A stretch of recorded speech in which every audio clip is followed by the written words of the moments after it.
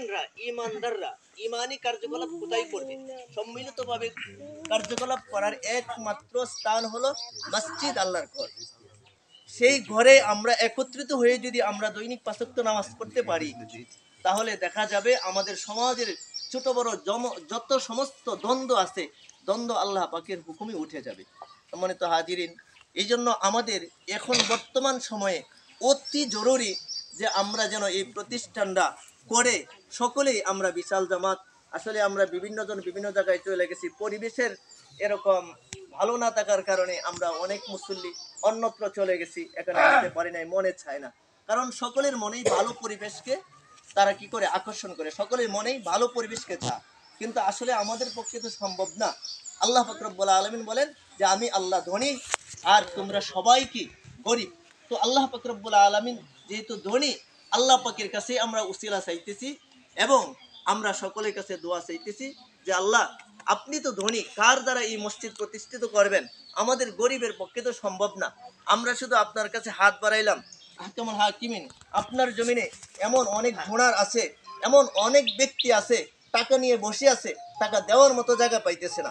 আশা করি আল্লাহ আপনি ওই ডোনারের অন্তরকে নরম করে দিয়ে ডোনারকে অবশ্যই এই দিকে মনোনিবেশ করে দিবেন।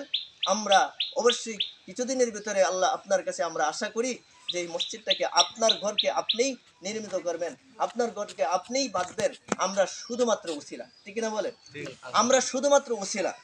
এই জন্য সম্মানিত হাজিরিন, আমরা আল্লাহ তাআলার কাছে 2 রাকাত নামাজ পড়ে আমরা দোয়া করব, আল্লাহ তাআলা যেন অতি সত্বর আমাদের এই মসজিদটাকে নির্মাণ করে দেন। আর বলা হয়েছে যে পৃথিবীতে প্রথমে যে আল্লাহ পাকের পক্ষ থেকে যে রহমত আসে, এই রহমত প্রথমে কাবাগরে নাজিল হয়।